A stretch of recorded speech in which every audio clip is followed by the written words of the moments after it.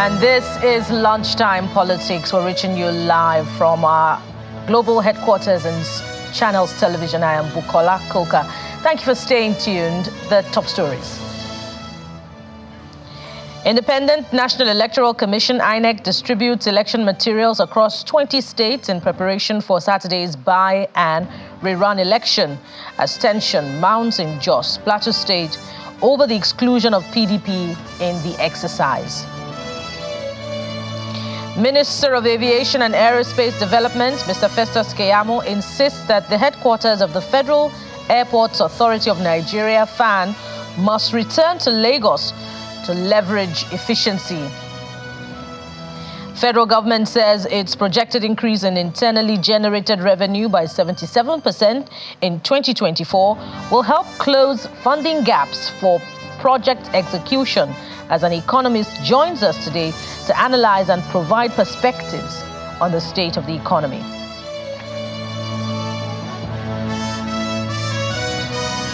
Let's begin now by telling you that it's about 48 hours before the by and rerun elections taking place on Saturday, February the 3rd. So as we count down, INEC has commenced distribution of sensitive materials across 26 states of the Federation. Besides the rerun elections in over 30 constituencies, by-elections will take place in 9 states, covering 2 senatorial districts, 4 federal constituencies, and 3 state constituencies.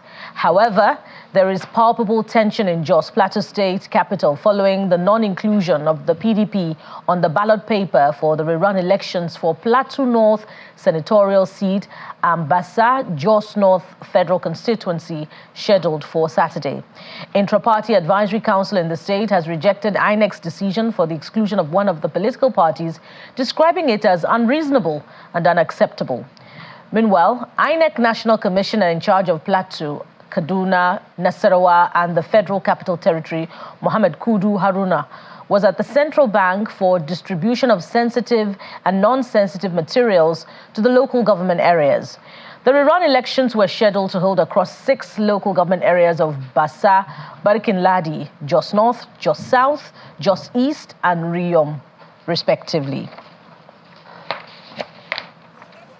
And the Minister of Aviation and Aerospace Development, Mr. Festus Keyamo, says there is no going back on the relocation of some departments in his ministry from Abuja to Lagos. Speaking on our political program, Politics Today, Mr. Keyamo explains that the relocation has saved Nigeria about 500 million naira used as flight tickets and other expenses. They came to Abuja. They had nowhere to stay. All of these officers, the principal officers, no offices for them. And up till now, none. The situation persists. I have 7 agencies I supervise. NIMET has a beautiful permanent office here. NCA, they have a beautiful permanent office here in Abuja.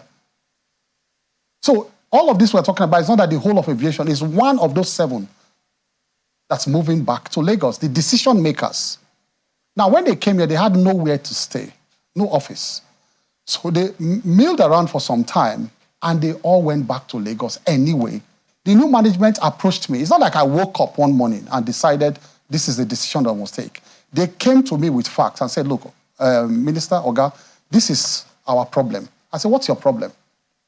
They said, 1, that some of the directors are here, but the support staff, the departments under those directors have no place to stay. They are in Lagos on a daily basis, because this is FAAN that is customer, like customer service every day. They need to meet, they need to take decisions and all of that. These departments in Lagos, for the ones that are here, the directors that are here, you see them flying every day with files to and from Abuja to get one simple signature, to get one document approved for one small meeting or the other. And it is compounded by the fact that the FAAN is not yet digitalized. That is what I met on the ground. It's not digitalized where they can exchange digital documents. They cannot. So they fly every day back and forth to Abuja, to Lagos and Abuja. In 1 year, they showed me the books. They spent close to £500 million on air tickets. And there's more from the FCT. The Minister of Finance and Coordinating Minister of the Economy, Mr. Wale Edun, says the federal government is committed to funding infrastructure projects to ensure their speedy completion. He gave the assurance when he joined his colleague from the Ministry of Works, Mr. Dave Umahi, during an inspection of ongoing work on Lagos bridges, especially the Third Mainland, which is undergoing repairs and is billed to be completed in April. It's always important that one answers the question that is asked. Where will we find the money? The number one place is the changes that were made, the hemorrhaging that was stopped in terms of the spending that was wasteful and that was only benefiting a small minority in terms of the 2% of GDP that was spent on fuel subsidy. That was the number one leakage that was stopped. But in addition, we have to encourage NNPC and all the security forces at a time of high oil prices to push up oil production and oil sales. And in between that, there's a whole range of improvements, digitization, computerization, application of technology and systems to ensure that what is due to the government on behalf of the people of Nigeria is not going into a few pockets, it is coming into the common pocket. What we are committing to and we are targeting and working towards is a 77% increase in internally generated revenue for the federal government. So there is where the funding particularly is going to come from. And indeed, there's a big conversation on government efforts to make the economy work, starting with the reforms in the financial sector and the need to earn more revenue from crude oil. And of course, the target of the budget, the government's target of achieving a $1 trillion economy. And that's where we're headed, as I welcome to the studio Mr. Roman Osegale, business and economic intelligence analyst, to help us understand some of government policy. First of all, welcome to the program, Mr. Osegale. Thank you. So let's start with the budget. It's been termed one of the most ambitious in terms of the figure. Can it achieve government's target? Well, I'd say no. And the reason why I'm going to tell you that it's no, we're looking at a 218 million population with a budget of 28.7 trillion, right? If you convert that to dollars, you're only going to get about $36 billion. Now, for comparison purposes, 2022-2023 fiscal year for South Africa, budget was 136.6 billion. So look at the percentage of 36 billion compared to 136.6 billion. I think the budget basically is the main stimulus for economic expansion and growth. And I think Nigeria we need to step up. The budget is it's like a drop of water in a bucket of what we need to achieve our goals and objectives of economic growth. And you have presented, you have an analysis, a graphic analysis of growth rates, from different administrations. And I see here also that you have from a time when the naira was 28 naira to the dollar. So walk us through the history of the economy and why the economic growth rate from earlier administrations have been more as compared to what we have now. If you go to slide 7, for instance, right? You would see that between 2014 and now, in 2014, we had a budget that was 29.34 billion. And 2024, we're having a budget of 35.88 billion, right? Between 2014 and 2021, our budget hovered around 29.04 billion. Now, where is the growth going to come from? Your budget is the main stimulus for economic growth. So the more balanced your budget is, right, the more positive impact it has on the economy. I want you to go to slide 1 and to know where the major issues and problems, slide 1 please, major issues and problems that we have in the economy. Now, between 2014 and now, we've had $125.34 billion in trade deficit. Now, for those of you who are old enough, or for those of us who are old enough, who lived through the 70s and then 80s. Now, the oil boom of the 70s ended in 1981, right? Nigeria recorded 3 years trade deficits, 1981, 82, 83, and a cumulative trade deficit of 13.95 billion, let's just say approximately 14 billion. Now, that oil boom that ended in 1981, combined with the trade deficit, plunged us into economic woes for over 20 years.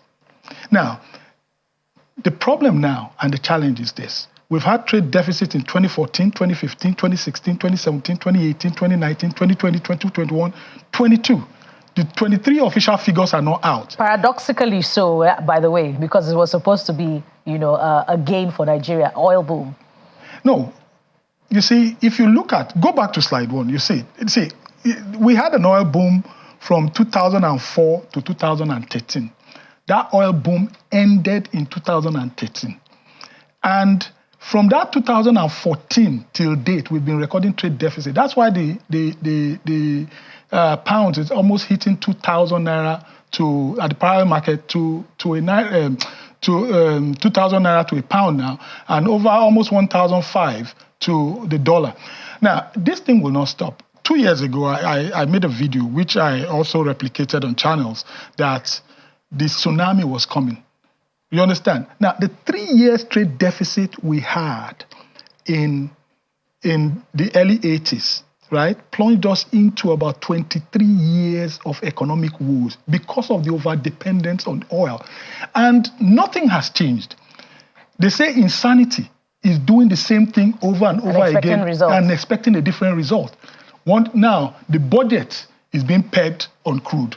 1.78 million barrels per day at $78, right?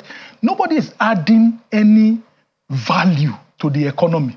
So you run an economy that, if you go through data, all you will find from 1970, when the problem started, you find that no government, administration, president, or head of state has achieved anything in office outside crude oil.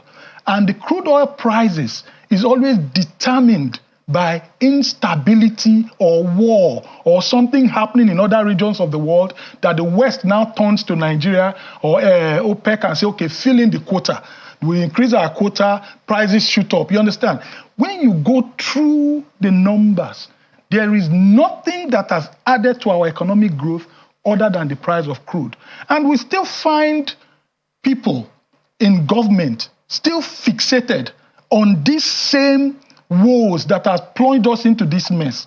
Okay, so take us through some more of the slides. Perhaps we could understand what the challenges are besides the overdependence on crude. Okay, so what did different administrations do differently or fail to do differently? Okay, one thing is certain. I'll read something out for you. See, when you have budget deficits, what happens is you have, when you have trade deficits, what happens next is that you have budget deficits, right?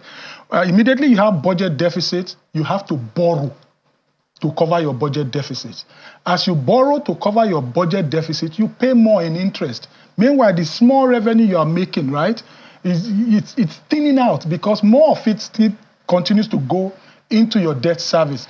So if you look at, go to slide number 2.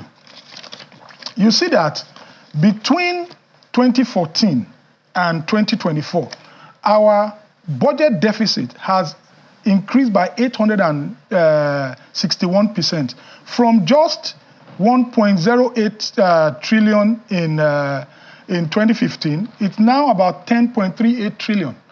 And it will continue to continuous climb. Budget deficit. Yes, continuous budget deficit, right? Why are we having the continuous budget deficit? It's because our economy is still fixated on crude. And that's what we are looking forward to, getting majority of our revenue from to run the economy. The world is shifting. And whoever does not shift with whatever is going on will be cast into oblivion. And I think that's what is happening to us right now. And, you know, some have said that it's a catch-22 situation, and inevitably the country... It's a what? Well, it's between the devil and the deep blue sea, and inevitably Nigeria will have to borrow to finance and revitalize the economy. Let me tell you something. Do you agree? If we're paying servicing debt with 97% of the revenue? Okay, now, if you understand what makes up, you see, for you to understand what is going on, unless they run the economy like the normal business, where your asset equals your liability plus shareholders' equity, and your total net worth equals your asset plus your or minus your liability, right? Now, you are mining crude. When you mine that crude and you sell, you're not making money. All you have done, because I think in the 90s, the World Bank categorized all assets of every country to 4 broad categories: produced asset, human capital asset, natural asset, and then your net foreign asset. Under your natural assets, right, it comes your crude oil. So your crude is already part of your asset. So what you do every year, right, you mine your crude and you sell. You have not made money. All you've done is you've converted your crude to current asset. You've converted your natural asset to current asset. What you now do with that money determines whether you get richer or poorer. But I'll tell you, see, the World Bank says if you take from your natural, invest in other asset categories to cover, right, what you have depleted. But what we are doing is the direct opposite. We are spending on the luxuries of life. Let me break it down so you understand. Let's just say your dad says, I am 90. I want to divide up all my assets, right? And he gives you 10 houses. Each house is worth 100 million. So basically on your balance sheet, you're already worth you're already worth $1 billion, right? So you say, there's no need to disturb myself about life and hard work anymore. You take a house every year, right? You sell, you collect your 100 million, and then you start going to Milan, you go to Paris, then you end up in Granada and go through a party. You understand? And then you do all that, you come back, you buy your Gucci handbags, your Gucci slippers, your Louis Vuitton, right? And then you change your car to a G-Wagon. Everybody will say, she has arrived, right? But on paper, are you richer or poorer? Poorer. You're poorer, right? So it is, I can look at you and say, oh, well, with what you're doing in the next 10 years, right, you're going to run out of money because you're selling one house every year, right? Today we have about, is it 38 billion or 37 billion barrels of crude. We are mining, the budget says 1.78 million barrels per day, right? Give or take, that's about, that means in 54 years, right? If we continue on that trajectory, if it's not changed, that means in 54 years, we will run out of crude. Okay, so amid the dependence now and, you know, the current inability to reach that dream goal of exportation rather than the dependence on importation, what does Nigeria do? Do we go the way of borrowing to revitalize the economy? Okay, I would have expected, President Bola Tinubu comes from a financial background. I would have expected that some hardline policies. Let me even commend him. More hardline policies? No, hold on. Let me commend him on the signing of the DICON bill, right? I don't know if you know about the DICON bill, if you've read it. Now, which means that we can't import arms. Military has to buy arms from DICON. We have the facility. If you go to DICON, you will weep. The facility is there, the machines are there, but they are just comatose. Nobody's using them. We're not producing, right? We need more of those kind of policies to be signed into law. Do you know how many students or how many kids are in school in this country? We need people to come up with policies on the kind of uniform to wear, that they must produce those uniform, those fabrics here. You understand? Let me give you another instance. I'll talk about the metering sector, right? The prepaid meter sector. The phase 2 now, government wants to go and import. Yet we have companies that can manufacture here. If you know how much the phase 2 is, runs into billions of dollars. Yet we are not patronizing the companies here. But you see, that metering sector, let me just finish this, right? 6 million metering deficits. They were only able to do about 262 every year, which when you calculate, to cover that 6 million deficit is 23 years. In 23 years, where will we be? The UN says we will have additional 150 million people. And that's 6 average on our household. That means an additional additional 25 million households. You need another 25 million meters. And I imagine that goes through all other sectors. All the other sectors. Now you are carrying that market to China. You understand? Where there are companies here. The meter that you are installing now only has 10 years lifespan. So do you know how many meters you are going to install in 23 years? Yet, rather than create market, they are exporting that market to another country. And we are shouting that the dollar is climbing to 1.5, that the pound is climbing to 2,000. Indeed, and we could expand the conversation. We want to thank you so much, Mr. Roman Osegale, business and economic intelligence analyst. Thank you for your insight on the program. More stories now. A governorship aspirant of the Labour Party in the Edo State 2024 election and former president of the Nigeria Bar Association, Mr. Olumide Akpata, says previous administrations in the state have not carried out people-centered policies that will benefit the people. Mr. Akpata, who purchased his expression of interest and nomination forms from the National Secretariat of the party in Abuja, assured the people of Edo State that governance will go back to the grassroots as it will ensure the full autonomy of the local governments. He is also calling on the party to review the cost of the nomination and expression of interest forms, which is currently pegged at 30 million naira.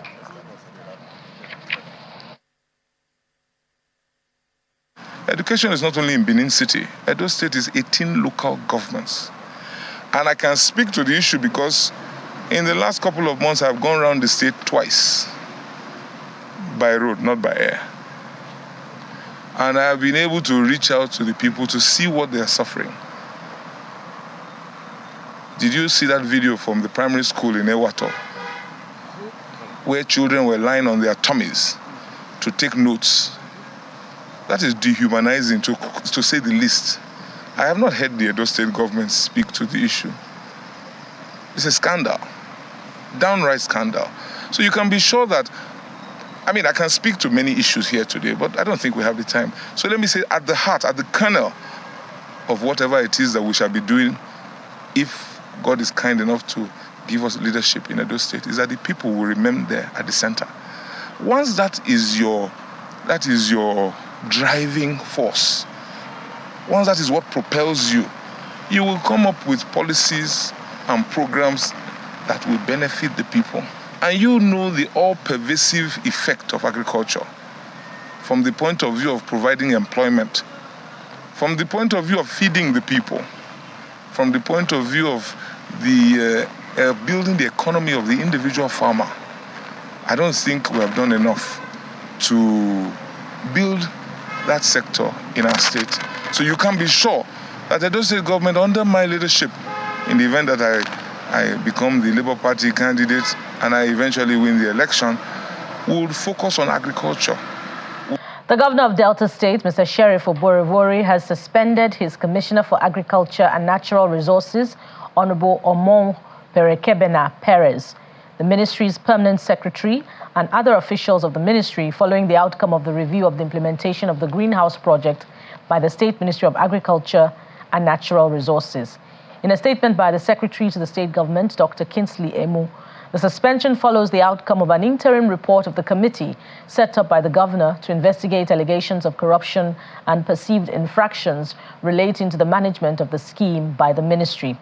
Aside from the suspension, Messrs. Bennett Ezon Abode Agama, Permanent Secretary, Engineer Oki Prewi Yintareke, Assistant Director Agriculture Engineering, Mr. Gabriel Idiatacheko, Chief Accountant, to proceed on compulsory leave until further notice in line with civil service extant rules.